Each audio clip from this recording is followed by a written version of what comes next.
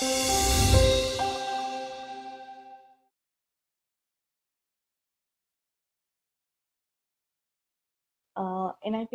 welcomes everyone to the second episode of Institute's Golden Jubilee celebration. To begin with the second day of the Golden Jubilee celebration on taxation, we are privileged to have Professor Catherine Wolfram as the speaker of today's invited lecture on carbon border adjustments mechanism and impact on India's exposure to the European Union. Professor Wolfram is the William Barton Rogers Professor of Energy Economics at MIT Sloan School of Management. She previously served as the Cora Jane Flood Professor of Business Administration at the Haas School of Business at UC Berkeley. She also served as the Deputy Assistant Secretary for Climate and Energy Economics at the US Treasury and President's Council on Economics, Finance and Climate, and chaired a working group on climate coalitions. She was the program director of Environment and Energy Economics Program at the National Bureau of Economic Research. Professor Wolfram has published extensively on economics of energy markets. Her works span rural electrification programs in the developing world, energy efficiency programs in the US, the effects of environmental regulation on energy markets, and the impact of privatization and market restructuring in the US and UK.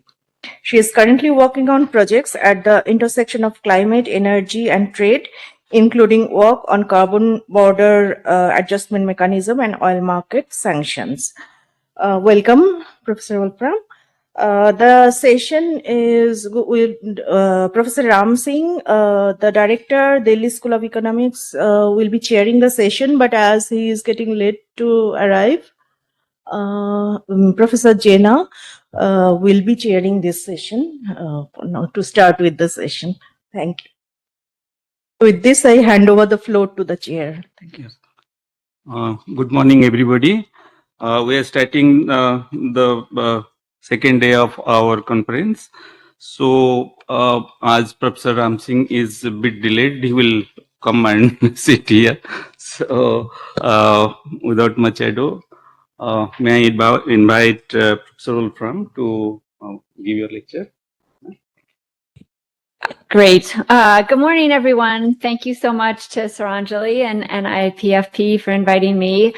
I have the rare distinction of talking about CBAM, which has both very, very controversial implications, but also very technical and wonky. I can't think of many other things that are in that kind of overlap of the Venn diagram. But I'm going to talk mostly about CBAM. At the very end, we'll talk about implications for India and India's exports to the European Union.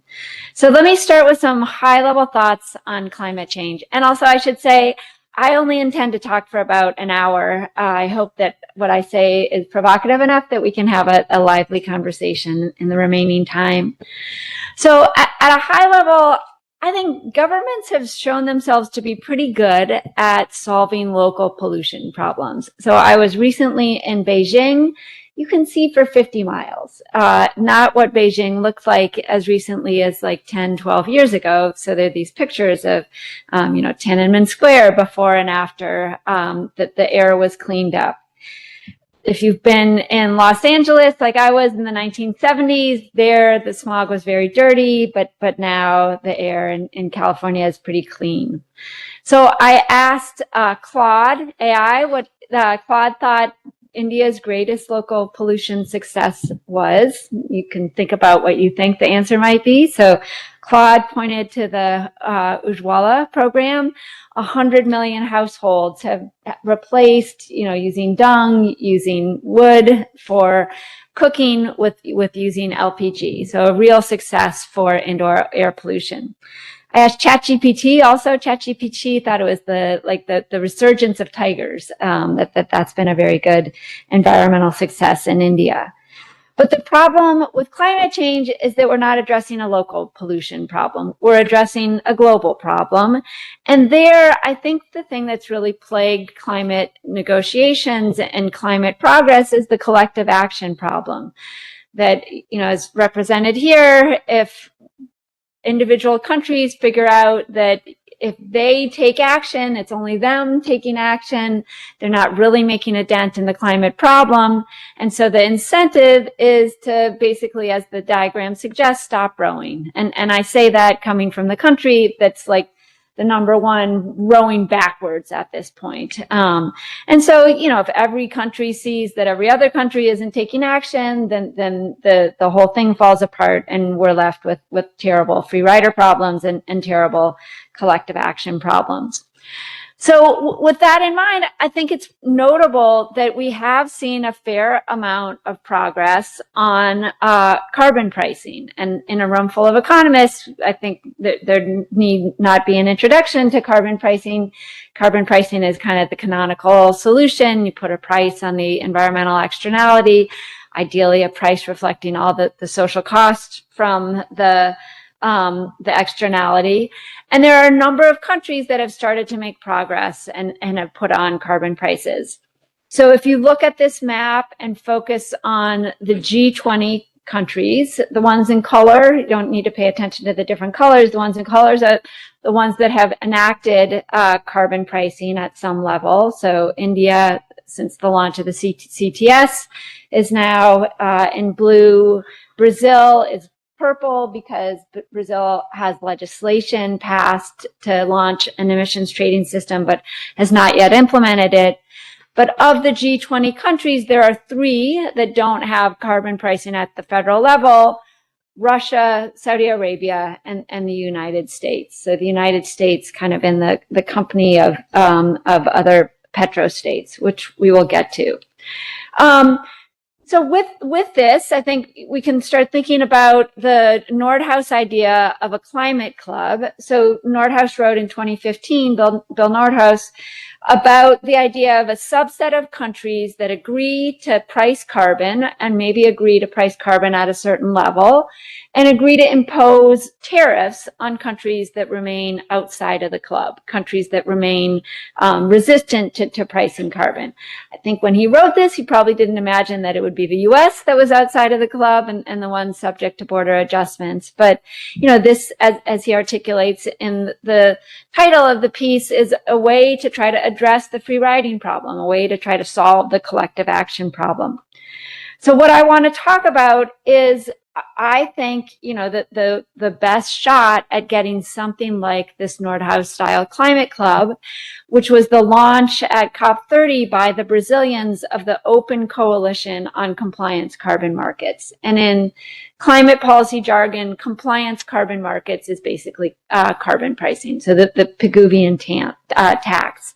So on November 15th, in the middle of COP30, Brazil represented the 2 members from its Ministry of Finance, 1 member of its Ministry of Foreign Affairs, launched with 18 countries endorsing a declaration that committed to eventually exploring the long-term interoperability of carbon markets. On the right, you have Ursula von der Leyen saying, today we launched the Open Coalition on Compliance Carbon Markets, noting the importance of carbon prices.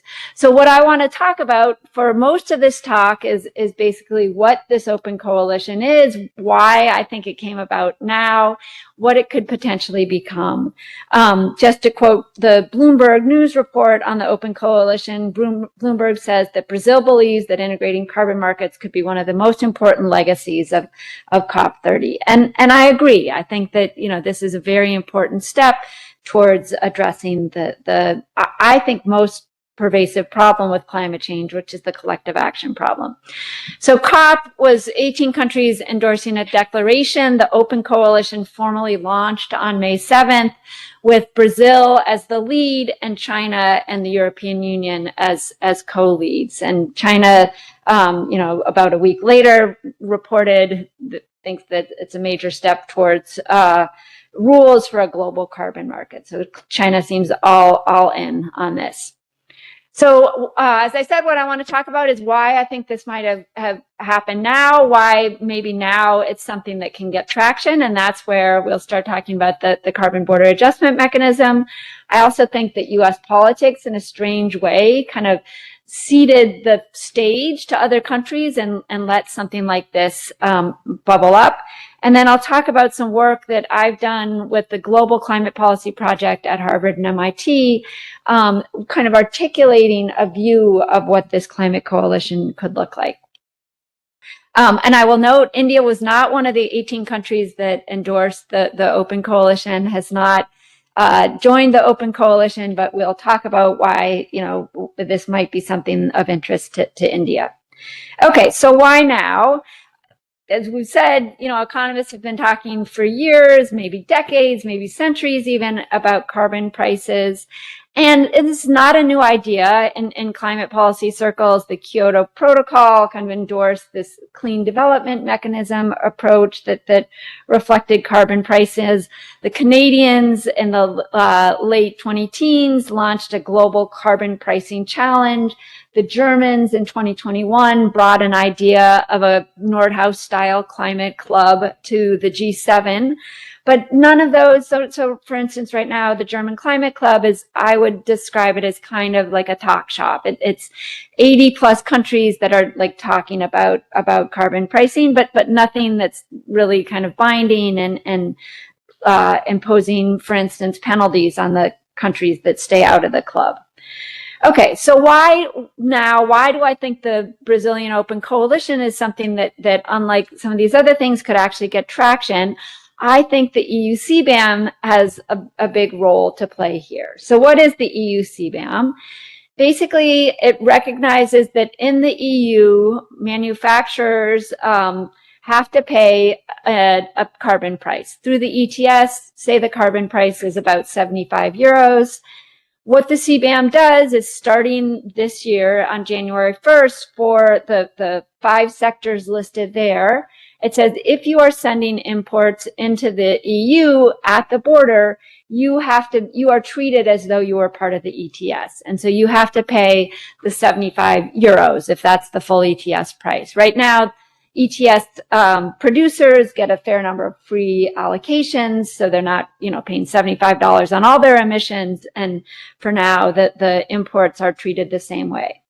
So, for instance, if you're a Malaysian steel producer and you use 2 tons of CO2 to make a ton of your Malaysian steel, then when you export to the EU, you have to pay 150 euros at the border for every ton of steel that you're exporting, unless you've already paid a carbon price in Malaysia, in which case you get credited with the carbon price that you're paid. And so I think that the EU CBAM, as controversial as it is, at its root, kind of in its core, has the ability to address the free rider problem, has the ability to help us solve what I think is the huge prisoner dilemma underlying climate change. So this is how I lay it out to my MBAs. Let me just give you the kind of basic intuition with the simple 2x2 prisoner's dilemma. Imagine you have 2 players, the US and the rest of the world. Each player chooses whether to invest a little in climate mitigation or a lot. So one of my colleagues has convinced me that you don't need numbers, that you just need smiley faces and frowny faces to get across the idea of game theory. And so, for instance, this is communicating that if the US does a lot of climate mitigation, the rest of the world does a lot. That's like the worst possible outcome for the US. You're expending all the political capital or, maybe real expenditures. If you're doing subsidies, you're only 10% of global emissions, so you're not doing much. The best thing, the big smiley face there is where the US is now, try to do, or, maybe we're not on a lot fight with the rest of the world, but do a little and free ride, let the rest of the world do its thing. And so we end up stuck, if you give the same payoff structure to the rest of the world, we end up stuck in the classic prisoner's dilemma, that no individual country wants to shoulder the burden, and we're left with everyone doing too little. And so what I think CBAM does is really helps flip that script by addressing the free rider problem, right? So if the US tries to do a little, the rest of the world is doing a lot, And if we're in a world where the rest of the world imports carbon border adjustment mechanisms, then every time the US tries to export to Canada, to Mexico, to the EU, wherever it's trying to export, it's facing a carbon border adjustment mechanism. So, somewhat generously, I've put those as big red frowny faces. Of course, it's going to be dependent on how much of an export-led country you are. But if we have the frowny faces there, then we're left with basically a coordination game. Coordination games are a lot easier to solve and get into the kind of a lot outcome, the good equilibrium, than overcoming the free rider problem. So this is why, I think CBAM has the potential to be the climate policy that 20, 25 years from now, we look back and say, that is where there was really a turning point. That is where the world, really figured out how to solve the collective action problem, how to try to make progress on climate change. So I've got some work. This is a policy brief, not quite empirical, that suggests that yes, in fact, since the EU started talking about CBAM, there's just been a surge of interest in carbon pricing. So in this chart, I'm plotting since 2019, the number of countries that have either adopted in red and implemented a carbon price or started talking and have under development. So leading up to 2019, I think we had something like 37 countries with carbon prices. In the 5 years after, there's more than double that number. And if you treat the beginning of carbon pricing with the Nordic countries, we were doing carbon pricing for 25 years. We only got to 37 countries. In the 5 years after that, we more than doubled. So I think, that's not robust or empirical evidence. It's basically a before and after. A lot of other things were happening. But I think there are a couple of other examples that you can point to that suggests that CBAM is really having an important role. One example is that Brazil, as I said, launched its first carbon market at the end of 2024. China, in March of last year, expanded its carbon pricing scheme from covering just the emissions from the electricity sector to covering 3 of the 4 CBAM sectors. Now, the Chinese government does not say because the EU did this policy, they kind of forced our hand and led us to expand the carbon pricing system. But if you talk to some people in China in private, they say, yeah, we were thinking about it, but the CBAM accelerated our launch of the carbon pricing system for these sectors. And I think it's indicative that, it's 3 of the 4 CBAM sectors. Other progress towards this front, the UK and the EU are talking about linking carbon markets in large part because the UK wants to be exempt from the CBAM. There are other examples. I think that the example that really highlights the role of CBAM the most is Turkey. Turkey exports about 50% of its total manufacturing to the EU. And so Turkey is very explicitly saying because of CBAM, we do not want to be writing checks and sending them to Brussels. We want to keep the revenue domestically. Their producers are not complaining because they're going to pay the carbon price in any case when they export. And so this is something that Turkey is moving forward with. Turkey is not only thinking about implementing an emissions trading system, or not just thinking, but moving on an emissions trading system.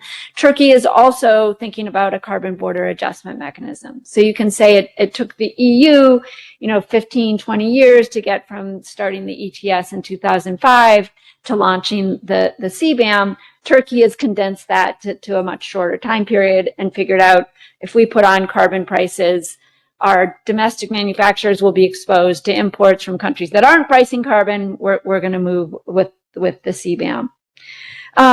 So there is some empirical economic literature on CBAM. My read is that it mainly focuses on how CBAM influences the firm's production decisions. And so there's been a lot of attention in the economic literature on this problem of reshuffling that within China, you will see the very cleanest producers exporting to the European Union, dirty producers staying for domestic production, and kind of, just a reshuffling or reordering of who is exporting to the European Union and no impact on actual emissions. What I think some of this literature sells short, though, is the impact on policy decision making, right? So the fact that China expanded its emissions trading system to cover all of its domestic production of iron, steel, aluminum, cement, it is kind of counter to that reshuffling problem. China, 95% of the steel that it produces, it consumes locally, but still, even though only, less than 5% the amount that it's exporting to the European Union, it's still expanded its emissions trading system, its carbon pricing system. So I have some work with colleagues that really looks at what we think are the kind of strategic complementarity in CBAM policies, and this idea that once one country implements a CBAM, it encourages other countries to implement carbon pricing and implement carbon pricing with CBAMs, and so potentially we can get this like virtuous policy feedback cycle. I like to say that the best CBAM is a CBAM you never have to implement because every country has decided to adopt carbon pricing. Okay, so I think having CBAM, just to summarize, I think having CBAM as kind of the outside option has encouraged countries to think about, well, CBAM exists. If we don't do anything, we're still going to have to pay carbon prices when we export to the European Union. But CBAM, as we'll talk about, I'm sure, has the EU CBAM, the way it's been implemented in the EU, has some very controversial features. So can we get together as a coalition and try to preserve what's good about CBAM and address some of the controversial features? So I think the other reason that something like the Brazilian coalition could have legs now is in a strange way because of Trump. So I've put the picture here of him talking at the UN General Assembly in September of last year, where he said climate change is a hoax, this is all stupid. And then 2 days later, Xi Jinping stood up and committed China to have an NDC, a climate goal that peaked emissions before 2030. So a very notable thing that China is committing to peak emissions. And it was pretty clear that Xi Jinping was trying to set up Trump's trying to convince you it's a joke. We are taking this very seriously. We are taking our role as a world leader very seriously. So, at the one hand, I think the fact that Trump says climate change is a hoax, withdrew the US from the Paris Agreement, focused the world's attention on the fact that we can't rely on the UN processes, that the UN processes where we're trying to get to some kind of global consensus, and we have 195 countries around negotiating tables, that's important, but if the biggest historical emitter, the second biggest current emitter, is able to just walk away from this process, we need to think about alternatives, or at least complements to the UN process. I think at a more minute or more granular level, on carbon pricing itself, I think US politics around carbon pricing were somewhat uniquely challenging. So the fact that the US is no longer part of the conversation lets other countries actually get together and talk about carbon pricing.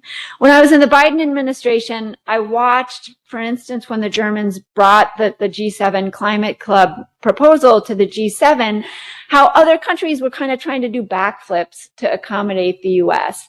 And so the OECD, for instance, started this process to figure out what effective carbon prices were. So can we, kind of jimmy the US into this system where we're talking about carbon pricing by recognizing that US regulations are putting a cost on polluters, kind of like a carbon price. So without the US at the table, we don't have to do those backflips. We can just talk about carbon pricing. So why, we could talk for a long time about this, but quickly, why are US climate politics so challenging around around carbon pricing? I do think it's important to acknowledge that the US is the largest oil and gas producer in the world. I think the fact that since 2010 with the Citizens United decision. Money plays a very large role in politics in the US. I think that's notable. Just as one anecdote, kind of consistent with the effect of money in politics. In 2008, I tell my students this and they're just blown away. 2008, the Republican candidate for president had a cap and trade bill. And, you know, to people that were born in like 2009, that makes no sense to them. I think also the fact that U.S. politics have become so polarized means that centrist policies like a carbon price are favored out of favor. And I think, you know, something like the fact that the U.S. has the reserve currency, we don't have much fiscal discipline, means that we lend or lean towards policies like the Inflation Reduction Act, where we're trying to spend our way out of the climate policy or the climate problem. So one thing that surprised me when I got to DC, I guess I kind of knew this at some intellectual level, but just the strength with which the U.S. left hates carbon pricing was an eye opener to me. So on the left, there's an article by a political scientist, Leah Stokes, who's a very prominent academic, maybe even a more prominent advocate for things like the Inflation Reduction Act. So she's been basically famous for pointing out all the troubles with carbon pricing, that politically people don't like to impose taxes.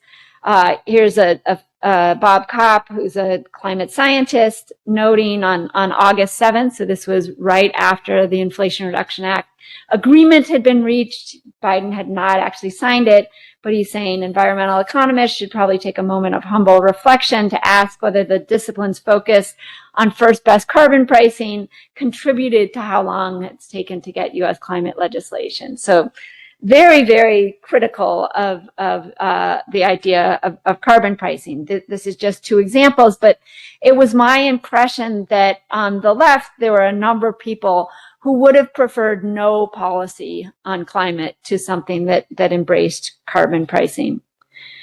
Okay, so just to summarize, why might Brazil's open coalition succeed where others have stalled? And I'll talk next about what the open coalition could look like.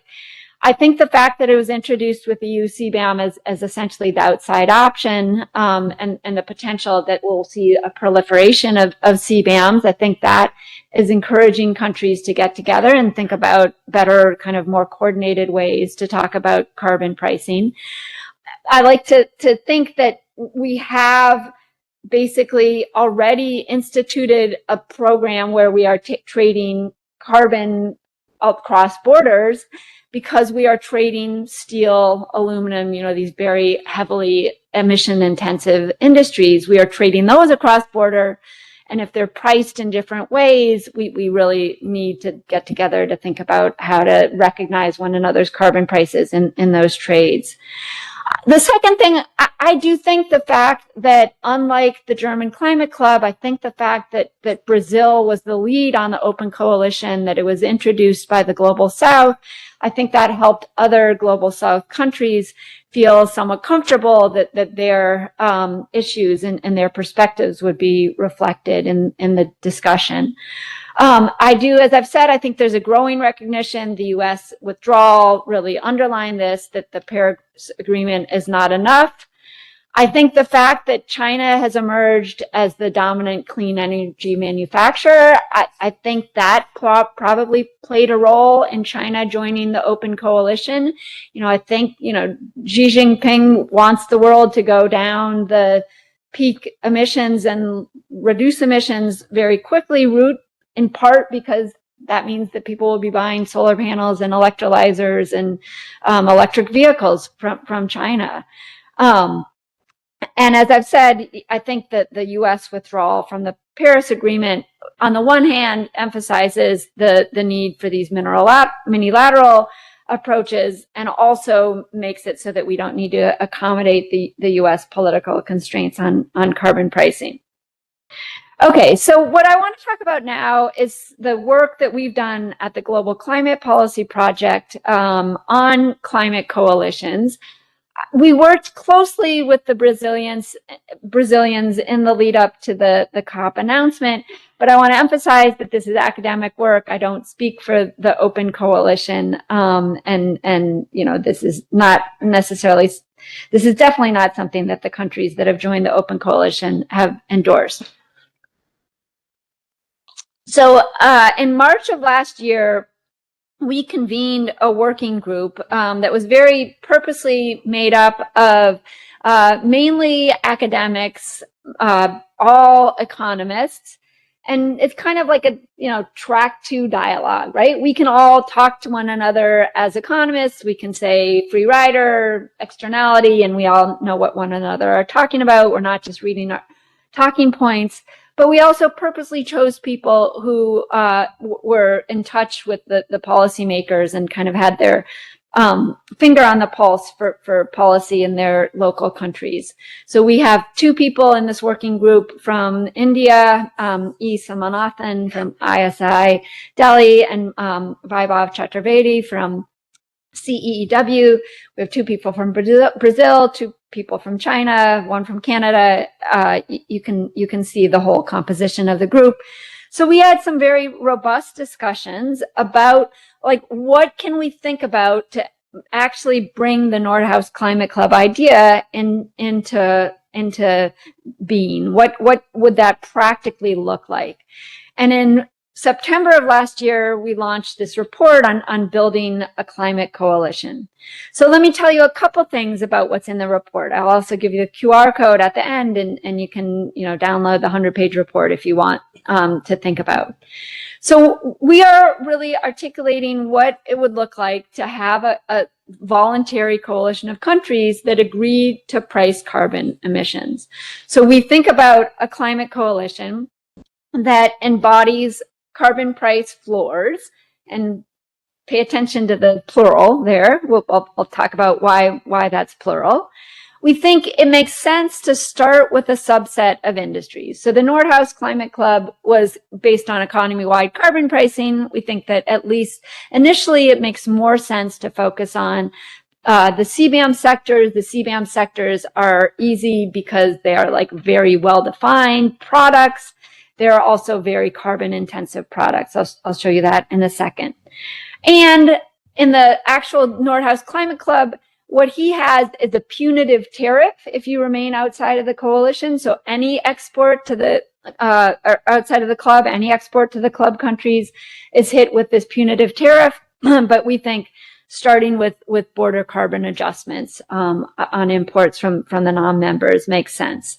And we think also, at least initially, we're not going to talk about trading allowances. This isn't like a unified carbon market across the members of the coalition, but we think there'll be some kind of principle of mutual recognition across country of different carbon pricing. Potentially, this is a stepping stone to more unified policies, though. So there are these 4 sectors. You might think of them as not super consequential. So they are only 5% of global GDP.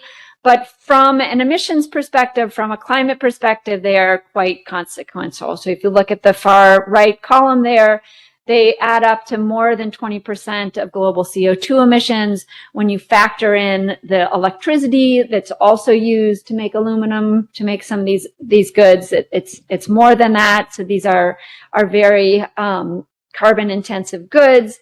In the second to the right column, they are also very heavily traded goods. So, 40% of the aluminum is consumed in a country other than where it was produced. Except for cement. Cement tends to be treated locally or consumed locally. So I talked about the proliferation of carbon pricing. Most carbon pricing schemes start with the industrial sectors and the power sectors. And so if you look at these 4 industries globally, over 80% of the emissions are already covered by carbon pricing schemes. China, of course, accounts for a big chunk of that. India, is also in there. Brazil, we've noted, even though their carbon pricing scheme is not yet implemented. So these are kind of carbon pricing schemes, including the implemented and the planned programs. So as I said, we're going to think about carbon price floors. So what we do in the report is model two different scenarios for what a carbon coalition could look like, or climate coalition. One is a uniform price coalition where joining the coalition involves committing to charge at least $50 per ton on these four sectors. But we also talked about a graduated price coalition. There was an IMF report that came out in 2021 from the research department that suggested kind of having three buckets of countries. And so we followed that model, having low, middle income and low income countries get into the coalition at $25 per ton, upper middle income countries at $50 a ton, and then the higher income countries at $75 a ton. These are just illustrative. Ultimately, there's going to be diplomatic, maybe it won't be buckets, maybe there will be more country level granularity, but we think it's important to acknowledge that you can have a coalition that recognizes some of the fairness considerations that the EU CBAM does not. So I'll show you some modeling where we compare these two different scenarios to a current policy baseline, which is basically the EU and UK with CBAMs and the rest of the world without.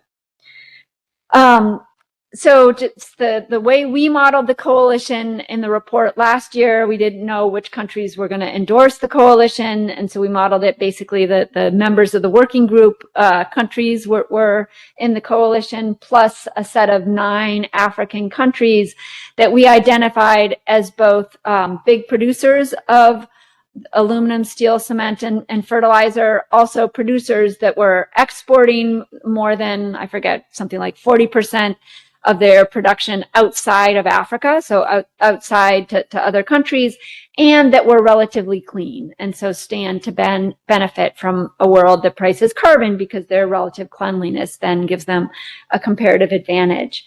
So as I said, we have the current policy baseline. We modeled that with a carbon price of $75 a ton, just for kind of comparability across the different scenarios. Then we have the uniform price coalition and then the graduated price coalition. And the graduated carbon price coalition, the border adjustment that we imposed on countries outside of the coalition was the high income country price, the $75 per ton. So this is kind of interesting, hopefully to a room full of economists. We modeled the scenarios with two different models. One we call the trade without frictions. They're basically like pretty different models structurally, but then we came to very similar conclusions across models. So I thought just kind of an interesting methodological conclusion. The model that we call the trade without frictions is based on a paper that I have with several co-authors, where we're thinking about individual steel plants, aluminum plants, basically kind of making the binary choice: do I export to the coalition model, or do I produce an export to the non-coalition world? You end up with a world where there's kind of two equilibrium prices, one in the coalition market where you're pricing carbon slightly higher, the non-coalition. So there's a green premium in the coalition and a brown discount outside of the coalition. Individual plants are deciding which market to sell into, and you get an equilibrium. The model trade with frictions is probably more familiar to people. This is based on, Armington elasticities between bilateral trade partners. It's really a more macro model. But we tried to normalize, equalize the data inputs into these two different models. So just to summarize, if you want more detail, I'll give you the QR code on the report in a second, but we modeled or focused on 4 different results. For one thing, with the coalition, we see much greater emission reductions. If you expand carbon pricing to a bunch of countries, you get lots of emission reductions, even in these 4 sectors. So I think we modeled something like, 1.5% of global CO2 emissions reduced by, and essentially very similar across the uniform price and the graduated price scenarios. I think something that our profession has underemphasized is that the carbon pricing schemes really are heavy revenue raisers. So we suggest that across the coalition countries, it raises about $200 billion. I've done some calculations recently looking at whether, how much revenue is raised by emerging market and developing economies if they price emissions in the power sector and the industrial sector. Since these numbers are fresh in my head, I wanted to bring them up. So for India, pricing emissions at $25 a ton, somewhat aggressive carbon price, not super aggressive. I've heard that the projections are that the CCTS will be at like $10, but so a little bit more aggressive than that. That would bring in 5% of total fiscal revenues. It's a lot of money. So I think, as I say, I think our profession has underemphasized carbon pricing as a source of fiscal revenue. And so that's one thing that we wanted to highlight in the report. Third, we looked at the price increases. As I said, there's a green premium in the coalition markets, but for all four sectors, the price increases that we model was less than, I think, 10 or 15%. So, not nothing, but hopefully something that's palatable to political leaders, especially given that these products are upstream, right? People aren't going to the grocery store to buy steel, but maybe their toaster is getting a little bit more expensive. And finally, we found minimal output loss and carbon leakage. Even with the graduated pricing scheme, we do see some shifting of production from the high income countries to the low and low middle income countries, but not like every plant in Europe moves to India. Not radical restructuring. So hopefully things that give the policymakers some comfort. We also talked about how, I think carbon pricing and CBAM plays a very important role. I think of CBAM as basically like the stick that's punishing free riders, but you also might want to think about rewarding countries once they decide not to be free riders.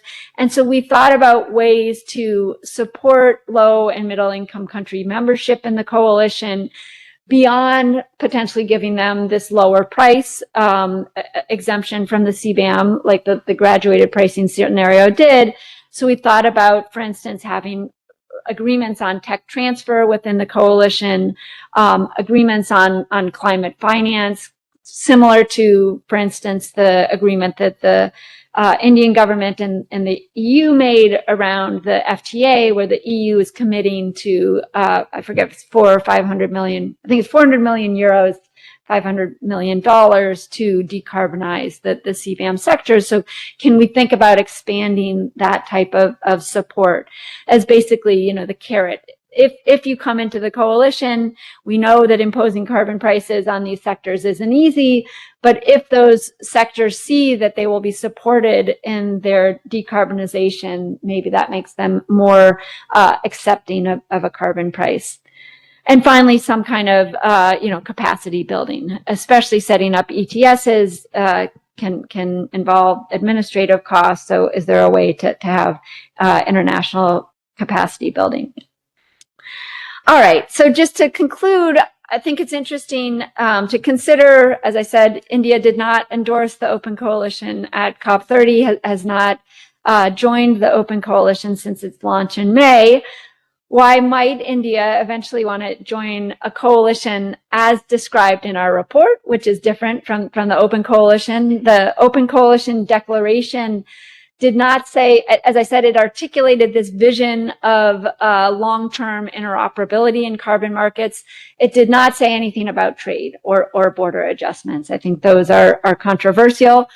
I personally think that once countries start talking about carbon pricing, they, like the Turkish example that I gave you, will soon think, okay, if we're imposing these costs on our own domestic producers, we might want to take steps to shield them from exports from abroad. And so the kind of natural next step in a conversation about carbon pricing is going to be a CBAM. So why might India want to join the coalition described in our report? I think exemption from the CBAM at a lower price, right? Like being able to export to the EU for $25 a ton, getting exemption from the CBAM. Also exemption if Canada institutes a CBAM, Australia institutes a CBAM, exemption from those at this lower price. I think access to the climate finance and the tech transfer. In my ideal vision of the world, India would propose something like this to the EU, to put something like the coalition and think about what is the carbon price that we could live with. What are the kind of climate finance commitments like the EU has made that would make us willing to join the coalition?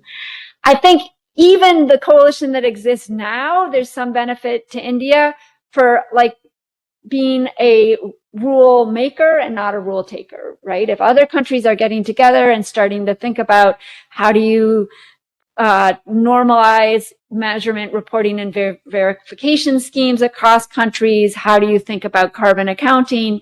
I think there's benefit to having a seat at the table when those conversations are being had. All right. So as I've said, hopefully I've said enough that's controversial and we can have a robust conversation. But just to conclude, I think that the CBAM has the potential to be a very transformative policy. I understand the objections to it. I think some of the objections we've talked about around fairness, some of the objections are around the administrative overhead, the kind of MRV requirements. This is where I think a coalition could really play a role and try to address some of those shortcomings associated with the EU. So thank you.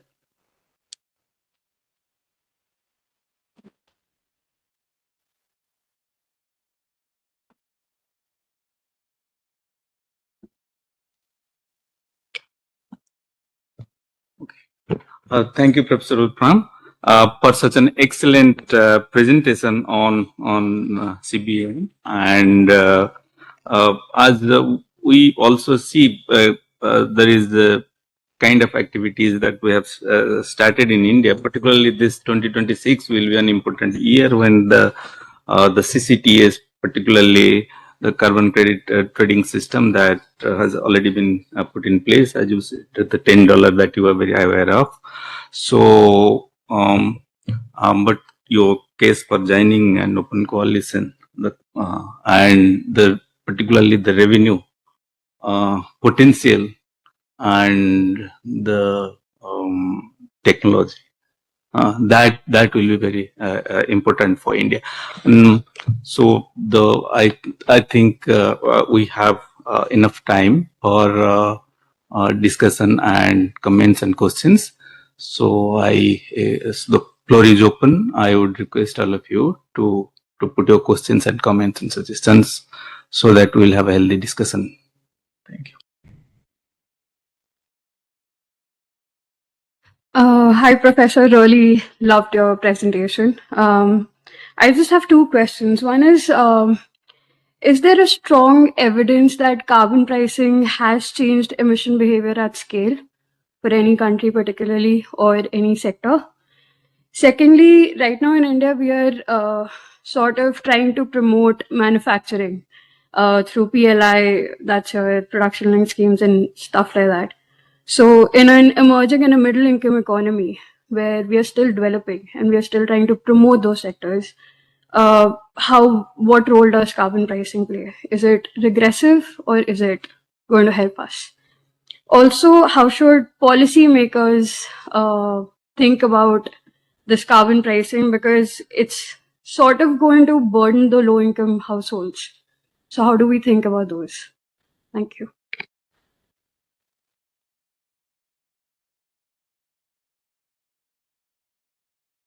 Easier, or would you like to? No, go ahead. Yeah. Whatever.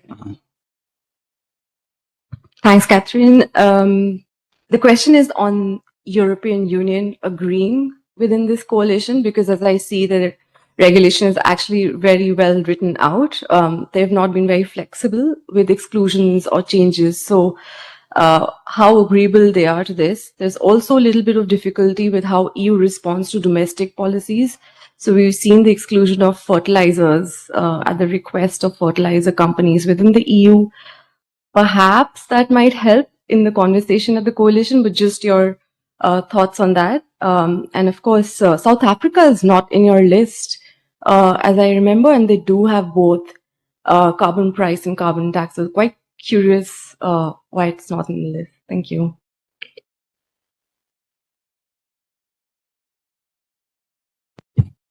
Supriyo Day, IMF Revenue Administration, Fiscal Affairs Department.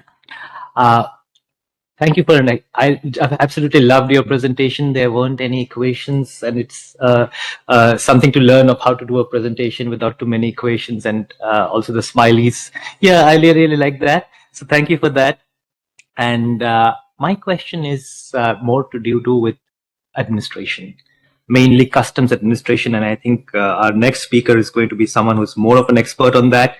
But customs is already a more complex field to administer than taxes, because it already has at least three aspects. There's the revenue aspect, there's this trade facilitation aspect, and there is a security aspect.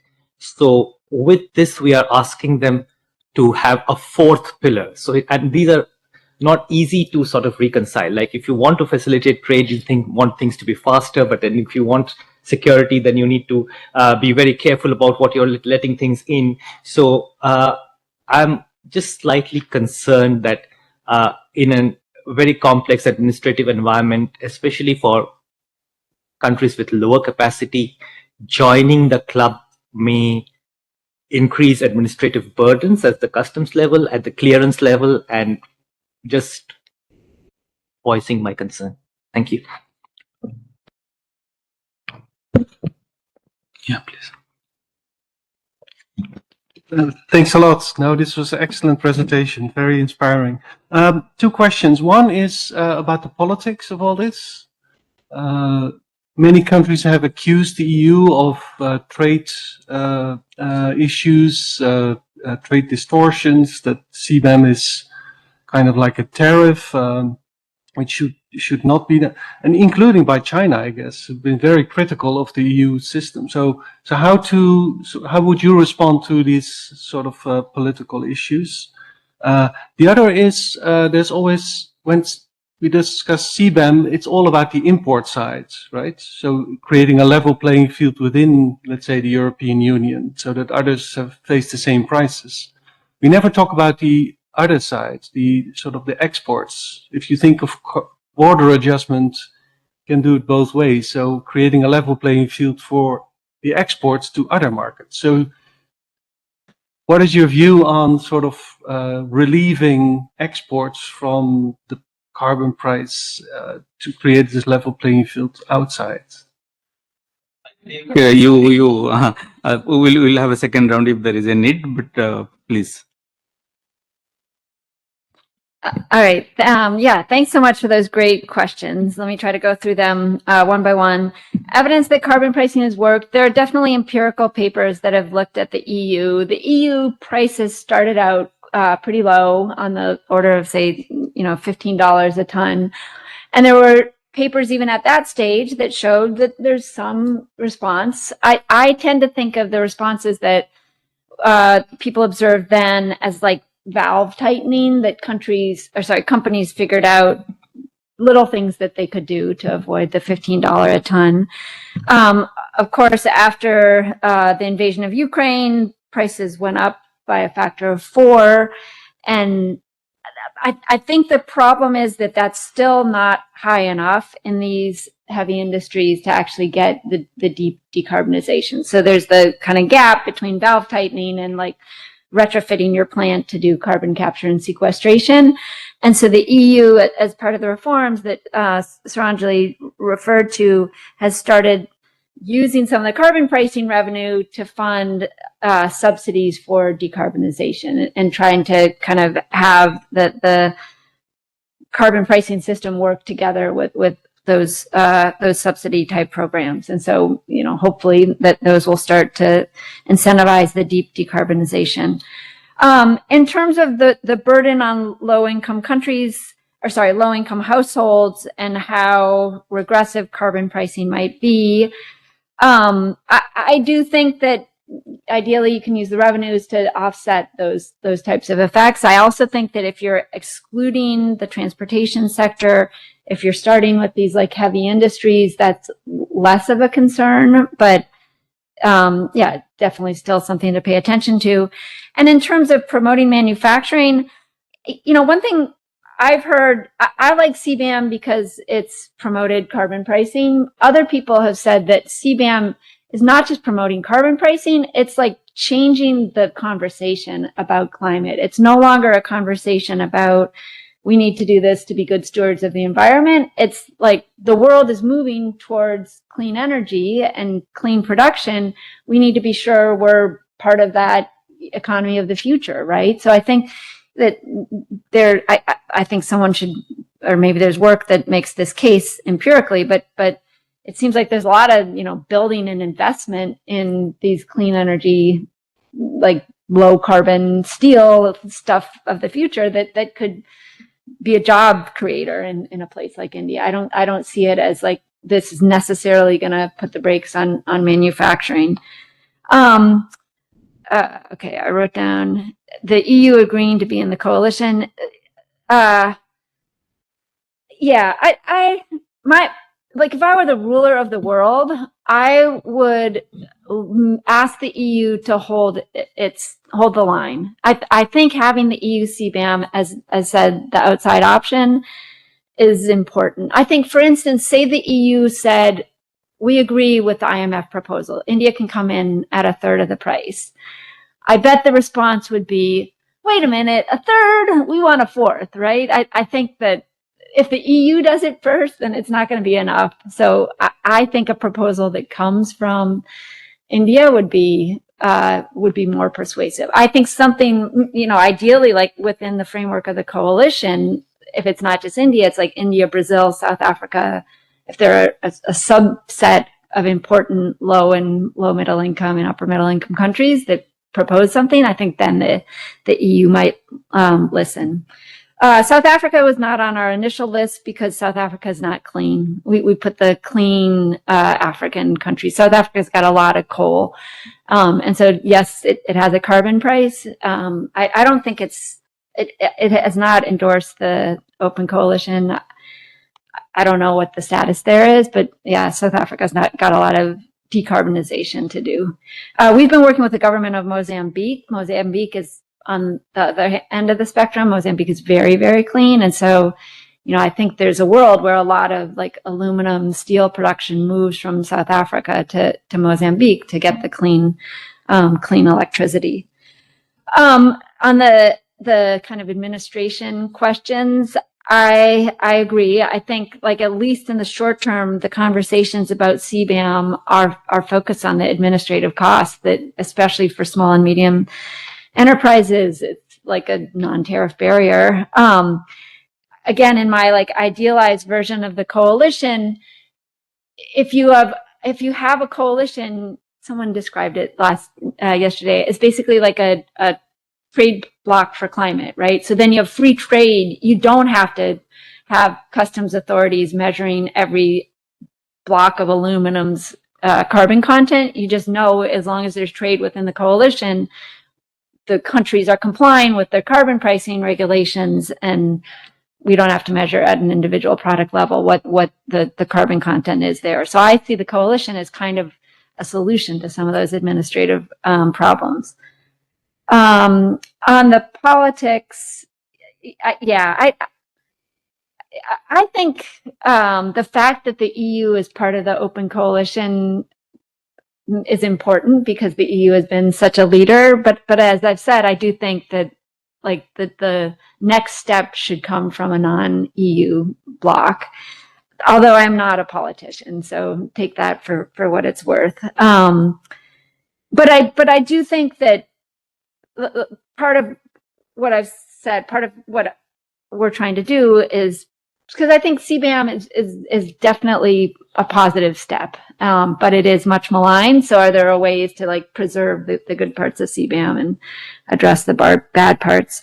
On the export relief, one of the things that I've been thinking about is carbon pricing as kind of a way of forcing climate finance. So you can think of that if the EMDs put on carbon prices, the exports to the advanced economies are basically the advanced economy consumers paying EMDE governments, right? So I would not go down the export exemption route. I think that, yeah, that's a way of getting transfers in the direction that we think they should go. Yeah. If there are some questions, yeah. I haven't done any work on this space, but I have a revenue question. I guess many governments will be tickled with the idea that it's also a source of revenue. Successful decarbonization should effectively not generate revenue. So, how do we square this? Are we looking at it as short-term revenue, which should be used for specific purposes? Or are we looking at it as a persistent source of revenue? Because if you achieve the behavioral change, you should get no revenue. And that actually is playing out a little bit in India because there's a push to decarbonize transport.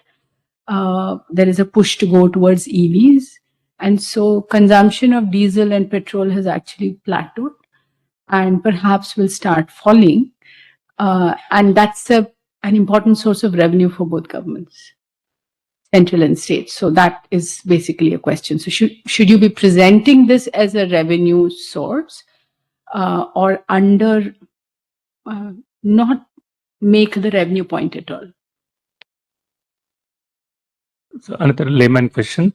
One of the main international agreements on climate change is the Kyoto Protocol, and then now we have SDG goals. So are these correlations which you mentioned, are they syncing or they're baby steps towards achieving these goals? Are they like independent and they have their own goals without emission reduction, like by 1990 level or anything else?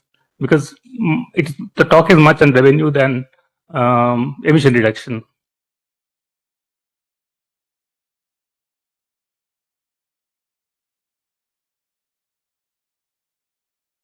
A subset of Dr. Rao's question is you mentioned that there's a potential to raise about 200 million USD revenue through this mechanism. Do you have a sense of a disaggregation of how much of that will be from domestic sources versus how much of that is through border adjusted tariffs? I confess I haven't read the report, but just wanted to know if that disaggregation is available. And the second question is more around climate finance. Have you sort of looked deep into how that climate finance can eventually be mobilized through the multilaterals? Because on the development front, multilaterals are looking at sort of addressing market failures or market creation. Now, if you're looking at each of these four high polluting industries, they're mature industries. So is the idea that the climate finance get rooted into these four sectors, or are we looking at tackling more widely climate as a topic? Have you gone that far into the analysis?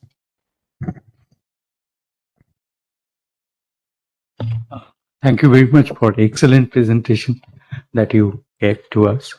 Mainly, my question is that when we talk about the CBAM, this is a global supply chain. Take example of our every product or everything which is exported from a country may not be that all the parts or everything will be exported from that country itself. Take the example of Apple phone. It says that thousands of products are there inside the Apple phone. And it's not that only China or India is exporting the Apple phone from here. Now the question is that if we do a proper carbon accounting, you have mentioned in one sentence that if we do proper carbon accounting and take all the countries concerned and that thing, we'll see that most polluted part of the activities will be in such countries where they are not exporting the goods. Take example of, we have seen that, the pollution heaven hypothesis, that most polluted part of the activities will be in some countries where they are not exporting to you, but they will be supplying that to another country. From there, it will be exported to that thing. So how to tackle this kind of problem in the CBAM mechanism? I hope you have thought of that thing. And other thing that I understand is that carbon taxation, carbon pricing, and specifically in India, as I was talking to you over a cup of tea, that our acts and our rules are criminal acts. Basically, we don't have the civil act for environmental. So we can tax the emission. Our emission thing and everything is basically a fundamental rights under Constitution, Article 21, if I am not wrong. So if we are not doing the actual emission accounting and putting the tax and that thing, then it's the consent that every year the industries have to submit to the Pollution Control Board to get the permission of operation. On the basis of that, then we are doing the taxation. Some can throw some more light on that thing. So actually the emission control and the tax, so that may not go hand in hand. It will be completely different thing. So someone who is giving the data to the Pollution Control Board may not reveal what is their actual emission. Thank you. I think last question. Hello. Good morning, ma'am. Ma'am, I'd like to extend on Professor Rao's question. Why can't we use the revenue that we generate using CBAM to make technology easily accessible to the low-income countries? Because at the end of the day, as Professor Rao mentioned, the idea is to incentivize countries and producers to move towards green technology and to reduce carbon production. And since your paper also cites that producers in the low-income countries will be affected the most, even though on the net the welfare will be higher because of the consumers' welfare will increase. But given the fact that a country like India is in a transition phase where it has to increase its manufacturing, don't you think that revenue could be used to incentivize transfer of technology? Thank you, ma'am. I think you have a question, no? I think that will be the last one, I think. Please. Yes, just to continue what he was just saying, my earlier speaker. Thank you for the enlightening speech, ma'am, lecture.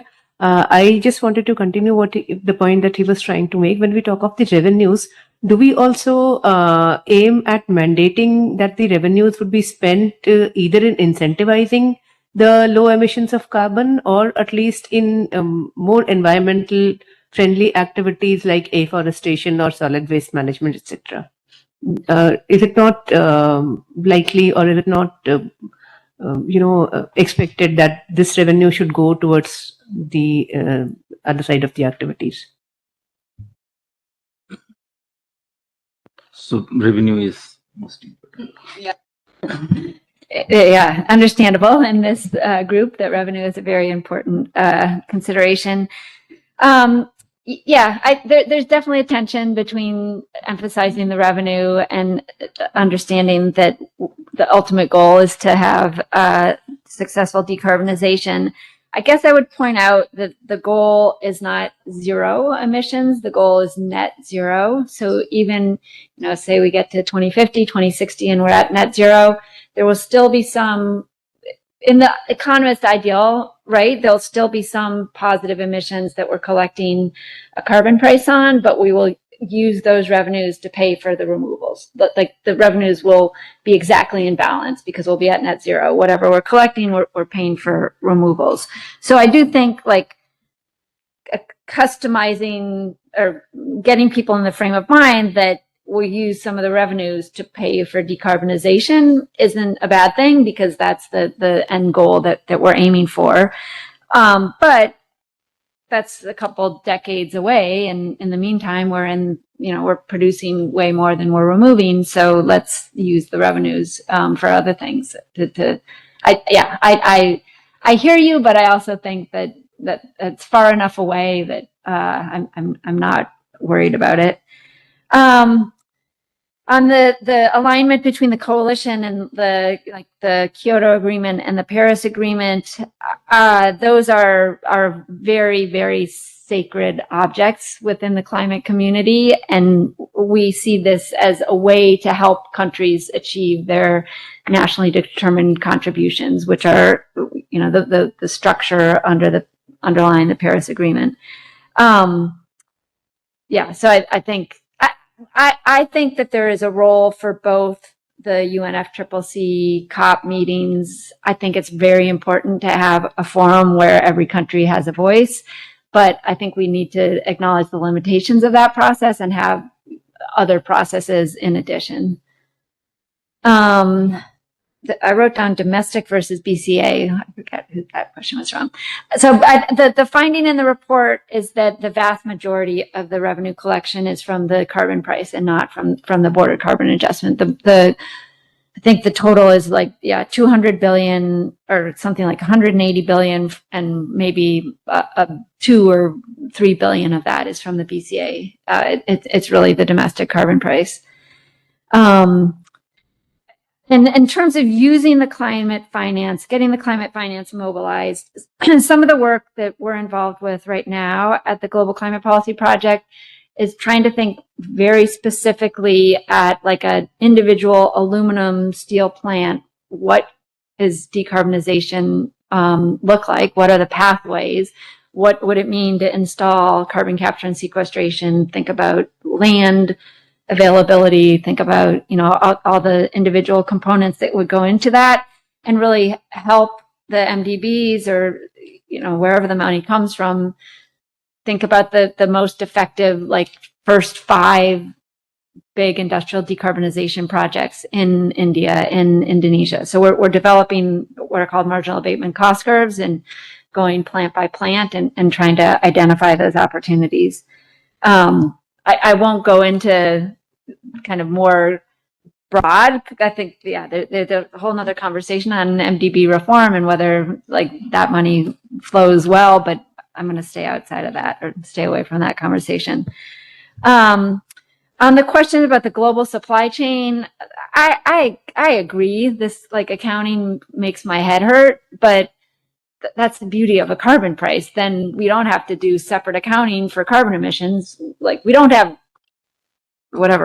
corn accounting. We just put a price on the corn and then gets converted into corn syrup and whatever. We don't have to follow the unit of corn. We just know that there's a price on it. So I think one of the benefits of having more pervasive carbon pricing is then we don't have to do the complicated carbon accounting. That said, the EU, if we don't get there, the EU is moving forward with expanding the CBAM. They started with these upstream industries where the carbon accounting is simpler. They're talking about adding downstream industries, so adding things like iPhones or cars.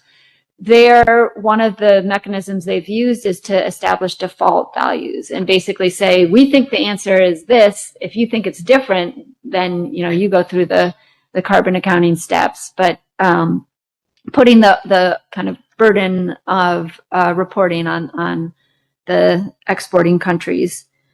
On the idea that emission is a fundamental right, I don't know enough about the Indian legislative authority, but the fact that you have an emissions trading system, it seems like whatever it has done to set up the emissions trading system, now you can just make the emissions trading system more binding to drive the price up. So hopefully that doesn't require a heavy legislative lift. And on the question of how to use the revenue generated from CBAM, I guess just reminder that, as I said to the other questioners, the CBAM revenue isn't the important thing. It's the domestic carbon pricing revenue. But I think that, ideally we would, as you say, use that to incentivize decarbonization investments in low and middle income countries. And that would be kind of part of the carrot package to join the coalition in addition to the exemption from the CBAM.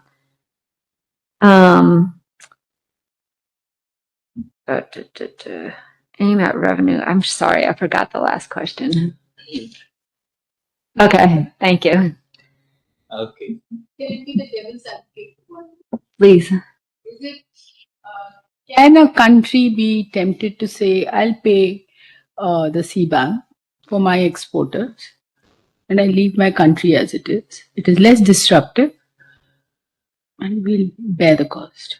So the EU has said, no, you can't do that. That the only carbon prices that they will recognize are carbon prices that are non-discriminatory. No. So EU levies a CBAM on the country's exporter and the government absorbs the cost. If you don't want to join the coalition. So if you're not a big exporter Yeah. or a big exporter to the EU, Yeah. instead of sort of transforming the whole system, what if I choose for the government to underwrite exports to the EU and focus on expanding exports elsewhere? Yeah, I think 5 years ago, no one would have thought that the EU CBAM would have been as transformative as I think it has been. They would have said, yeah, countries are either going to ignore it. EU is not a large enough consumer to really drive change. As I said, China, 95% of the aluminum and steel it consumes domestically. How is this policy going to shape those decisions? But I think for for reasons outside of the aluminum and steel industry context, it has been quite transformative. I've heard people in China say, we did not want to send any money to Brussels. That, even if it's only 2% of our exports, we did not want to be paying that money to Brussels. And as I've said with China, I think that, it's not that they're interested in only collecting money, but from the aluminum and steel sectors, but they are interested in seeing the world go down the decarbonization pathway and buying stuff from them. But I think, as I said, we have this work that shows that CBAMs are strategic complements. And so maybe part of the reason it's been so effective is that politicians are seeing it's not just the EU CBAM. There are now a bunch of other countries that are talking about CBAMs, just like they're solving forward in the game theory model and not just looking at the, initial step. Can I just quickly make a comment, ma'am? You're in the room. In response to your question. So CBAM, in a sense, is in the good regulatory practices in the EU FTA. And my sense is that with the WTO and the FTA, it is possible to still question any kind of direct subsidy. So if we do follow a very well-designed scheme which doesn't look like a subsidy, perhaps we can continue to allow CBAM to apply the tax and then provide a financial support, but it can be challenged internationally on those counts. And just a comment, Catherine, there would be differences in the emission factors as well that you use across countries. So if there's no agreement, then in a sense, it shifts how you measure emissions and how you price them as well, right? Yeah, we have the report that we wrote is based on plant level data on all these aluminum, steel, cement. I mean, those are pretty easy sectors to get data on. And there's some innovative work that's been done using satellite monitoring to measure carbon emissions from plants. So I think, you can imagine a MRV system that enforces or at least makes sure that countries are implementing carbon prices as they say they are, using measurement techniques like that.